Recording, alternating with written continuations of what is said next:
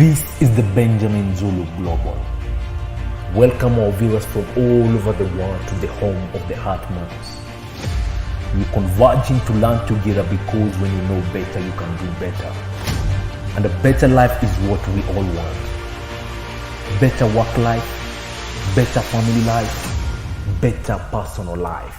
The key to marrying honest people, not fake ones, is not necessarily to avoid dating when you're down, although that may make it easier. Instead, focus on marrying when you're healed and whole. At that point, your judgment will be sharp enough to discern motives. The time you invest in preparing yourself is never wasted. This is from the new book, Mastery. Please head on over to benjaminzuluglobal.com and find out all about it. The book goes for 2,000 Kenya shillings. You can find out details about the book, the different versions of the book that you are able to get it in. So please go there real quick. Benjamin, thank you for writing such a good book. I've been reading it and it's really changing my life afresh. Thank you. Yeah. So there are two parts to that paragraph I've read. The first one is where you're hinting at not necessarily to avoid dating when you're down, although that may make it easier. How does not dating when you're down, how does not dating when you're down make it easier? Yes, and you're saying down in terms of financially, yes, not emotionally. Okay, but even if you have all the money and you're emotionally disturbed, you're in pain, you are hurting, you're still not healed from a backlash of things that went on. You are in a foggy night. Whenever you are in pain, drivers know the danger of a foggy night. How did you know I came this morning? I was struggling with fog. I even started praying. I was like, God, please do something about this fog. Everything is a surprise. The corner is a surprise. Yeah. Another vehicle is a surprise. Pothole, bumps, surprise. You can't see. Exactly. So, whenever you're in emotional turbulence, remember the foggy night. That's a very good way to put it. Remember that. It's very anxious. You can't. People are in full light, and you are seeing the full light when you are here. Yes. you meet a very ugly truck, an ugly thing. You have arrived there. You thought it's a motorbike coming from behind, only to realize it's a huge menacing. When you're coming from a disappointment, you came from a crash of your business, you came from grief, came from a breakup, you can't see. Don't trust your judgment. Don't trust your judgment. Hold on. My emotions are like, yes, give me someone. And because you are craving for company, you're craving for support, shoulder to lean on, you are likely to sell out. And predators know how to fish in troubled waters. You are easiest to be deceived when you're in trouble. So the fishermen use that concept of when the water is troubled, the fish are easy to catch. They don't know where is where. Oh. You too, when your life is troubled. Yeah. That's when narcissists and predators plunge in. Yes. That's when they come in. When you know this, you'll be very circumspect with your down seasons. When you're emotionally in trouble, take your time to heal. Yeah. What we are saying is okay to date when you're down, it's only financially. Because then you don't attract predators, you don't attract gold diggers, you don't attract people who are coming for the package, for the lifestyle. Yeah. Though I think I see now what you meant not necessarily, because when you're financially down, you're likely to be emotionally down, isn't it? Yes, it takes a lot of mental fortitude. But some people are not down; they were born there. Okay, you don't know a better life. Eh? Some of us were not really falling; we were there. We were down. I mean, that was the life we knew.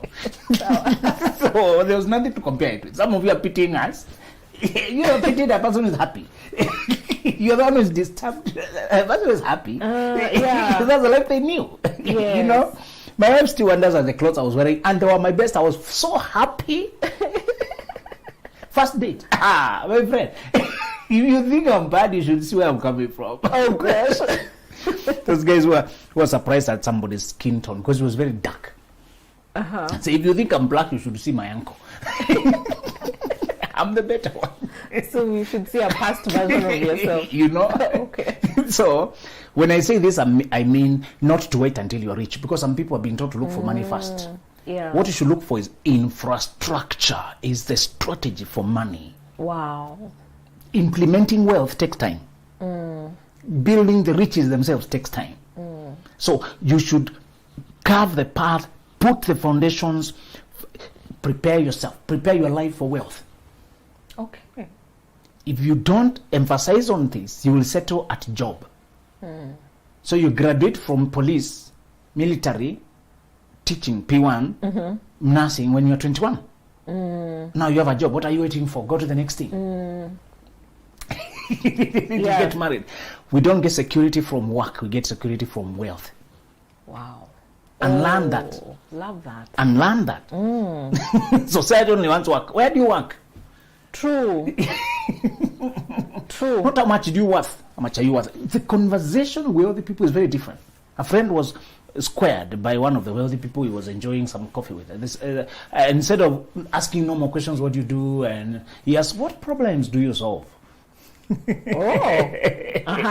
a good So he thing. tried to figure out, okay, all right, okay. He was trying to remove the idea of have a job. Yeah. And taking shelter. Yeah. In that little You know, hut. that's what society knows. Yes, yes. But you are a tool. Your gifts and your personality are shaped like a tool, a hammer, a saw, an appliance. And he wants to know, have you found out the kind of appliance you are? Wow. Have you plugged your personality? Have you plugged the tool you are to the problems it was shaped to solve? You're making me want to go home and think. You know? That's a lot. That's a huge question. Yes. Have you plugged in? If you're still unhinged, if you're still forcing keys, you know, when you force a key in a lock, it can go in, but it won't turn. Yes. People are still forcing, there's no click. And the key can break. Yes, when you wake up on Monday and you hate having to go to that wrong place, when you can't wait for Friday, yeah, finally we got the rest in the wrong place. When you are holding your handbag on your mats waiting for 5 o'clock. You know, Yeah. when you stay outside there, not to come in because lunch is over, and I don't want my meal need to be eaten. Yeah. No, wrong place. You're right. So Yeah. you've succumbed for job. The idea here is, yes, you can date when you have a vision that is very convictional and real. You can date when you have a goal and a preparation, and the fruit is not here yet. Yeah. But you have the root and the vision in place, and you can sell it. You can sell the vision Yeah. to that person to join you. That their vision and your vision, you can build together. Yeah.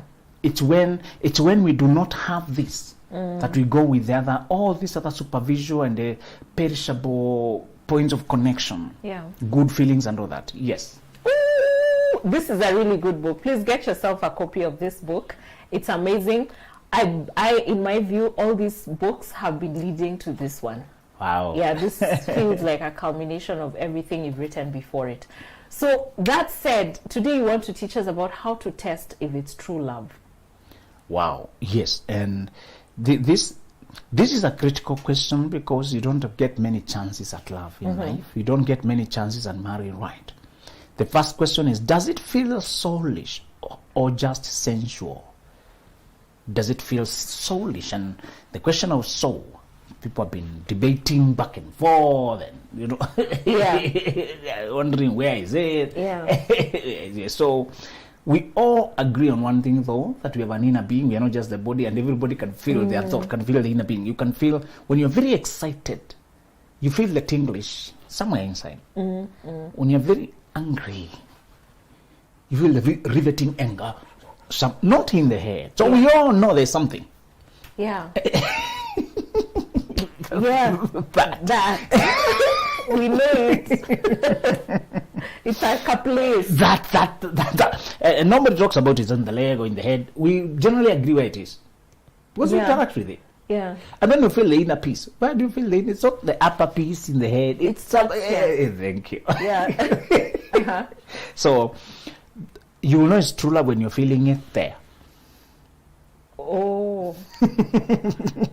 I reacted like that because I don't know if it's because I'm an empath, but I feel a lot of things there, even the wrong ones. Yes, we are coming to how to know it's wrong. Okay. So soulish love starts inside, then emanates outward. Your body follows after your soul has found peace with this person. Yes. Your senses now. Yes. The chemistry, the romance follows. Yes. But you are not always, you know it's wrong when it's just so sensual until your cells are vibrating.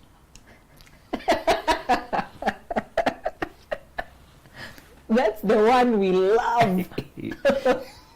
I will cross the ocean. Everything is compulsive and it has a tinge of taboo. That's addictive even. Across the boundary. But they're so exhilarating.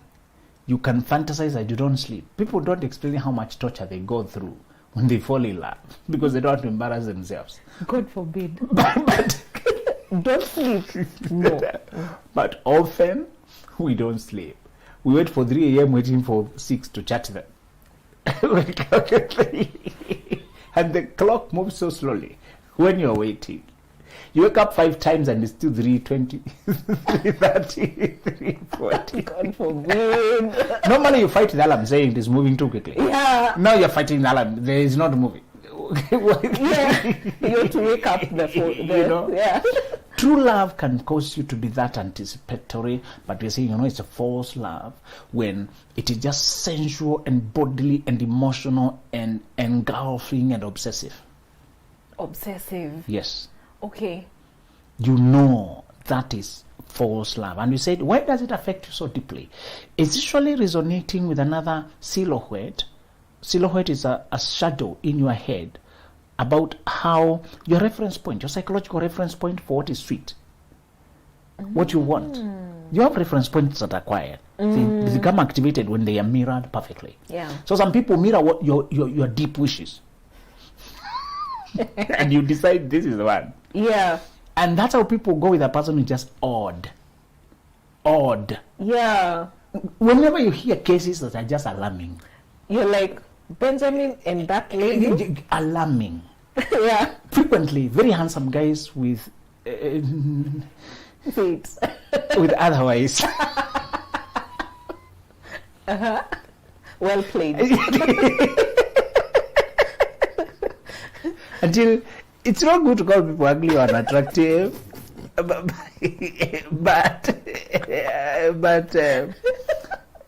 Stano, how are you?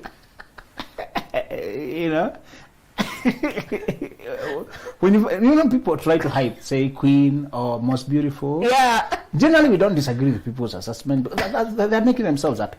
But some people outrightly lie. Honestly, what you're saying, okay, I'm not trying to compete with, okay, all right, but no, please, no, please, no. So, the most frequent silhouette is a man who marries a lady who is so, it's like he pitied and rescued. Oh, okay, I get. She's outwardly defective or unattractive, and he's inwardly broken. Oh. He wanted, if I negotiate for you, you'll understand me too. You'll also accommodate. Yeah. I'll accommodate your brokenness if you accommodate mine. Yeah.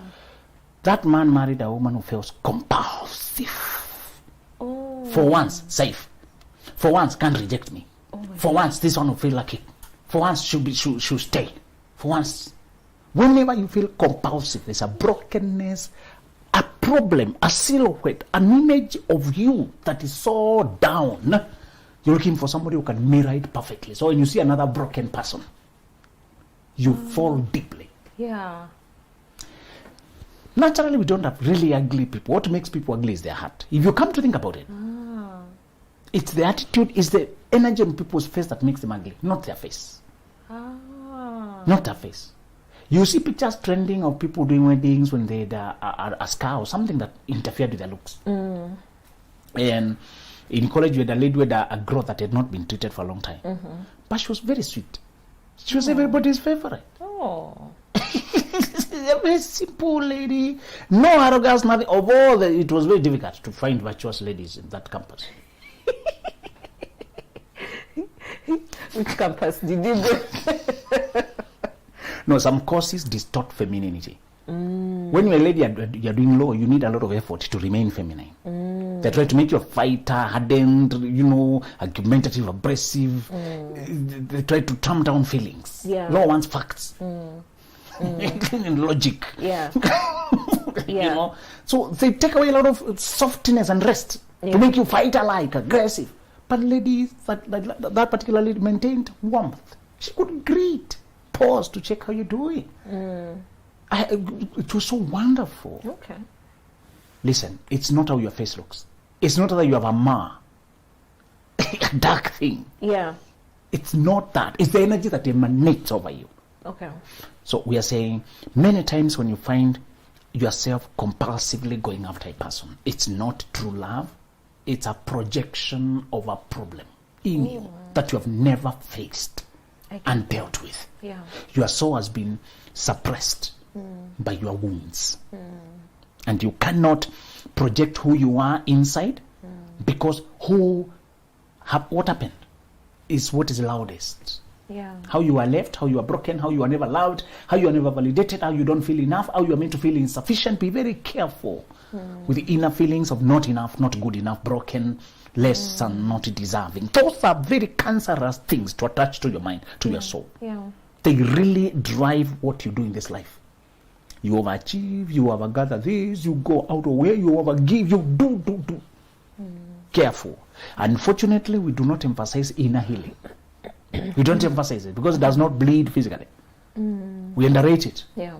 And again, remember, society has a conspiracy to keep you controllable, to do what they want. There's that general conspiracy to keep people in the same group. Anytime you want to be happy and healthy and self-determining, you are labeled badly. Yeah. Okay, second thing to check whether this is true love is, do they want a life story or just a love story with you? Okay. The first question was how it feels. Yes. The second question is what they want. Yeah. People will fall in love with you because you're a good person. Please make peace with that. Stop getting flattered very easily. Oh, okay. What's wrong with that? We get flattered so easily when people fall in love. Headlong. It's like it's a rare thing. Like a cosmic event. Once in a millennium. When it was the year 2000 was turning, people were all over. Because you will never see the kind of turn again. You don't stand any chance. I know, yeah. But if no one has ever asked me a question and somebody finally does. Yes, actually they spot something. They take the conversation somewhere people don't take. They really, it's very complimenting. Yes. Very validating. Yes. Okay. Don't try to take that away from me. It's very validating. But I just want you to know that you are a lovable person. Make peace with it. So that after people fall in love, you can proceed to the next critical question. Thank you for falling in love. What do you want? Oh, so that I'm awake to that moment. Yes. Okay. Next after falling in love is what they want. Your Wi-Fi can detect each other and you're not trying to connect. You're just passing by, okay? Oh. You're not here to put passwords and connect. Oh, that's powerful. That's powerful. Yes. Yeah. Your gadget has detected Wi-Fi, but no, I'm not here for. It's not the one I'm looking for. Thank you. Okay. People will connect with you in a very sincere way. Your conversations last for hours. You laugh. You just remind you when you were a child. They take you back there. Oh my God, you feel it. When you fall in love, you're childlike. You're not proper and in charge and Madam Boss and these guys here. No. It's childlike. Yeah. You will flow. Yeah. That's why you should don't fall in love with the people even when they're flirting. They look like a scout, a soldier, uptight, careful, professor, intellectual, correcting your grammar, and you are flirting. Yeah. Okay, people can correct in a playful way. But some people are very guarded. They keep a shell, very hard shell, and they just say proper things. Love is childlike. When people can't relax and be childlike, don't marry them. You are going to get tired. You're going to be scratching a rock. You know, the person is here. There's a very tough glass between us. Yeah. And I'm trying to touch you and scratch, and you're very far. You are close but far. Yeah.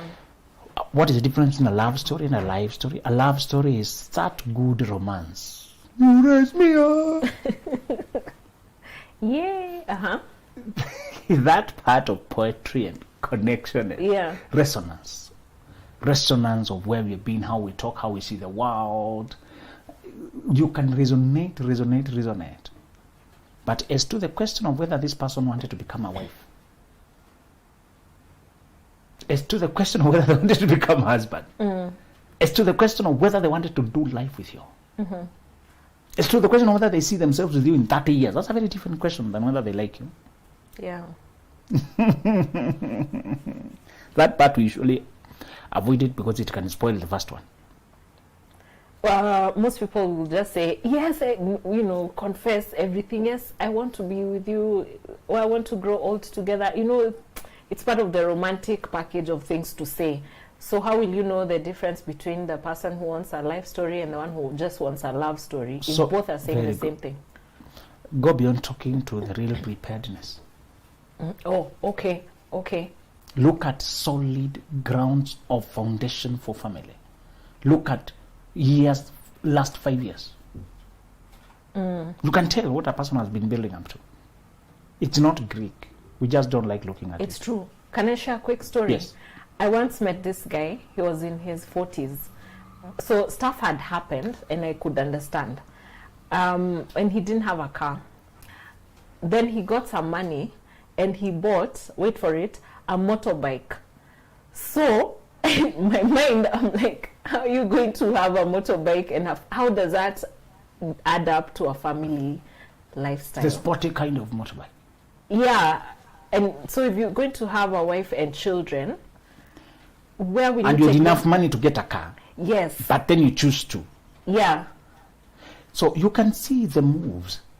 Okay, you have a lot of lines, Yeah. And flattery. Yeah.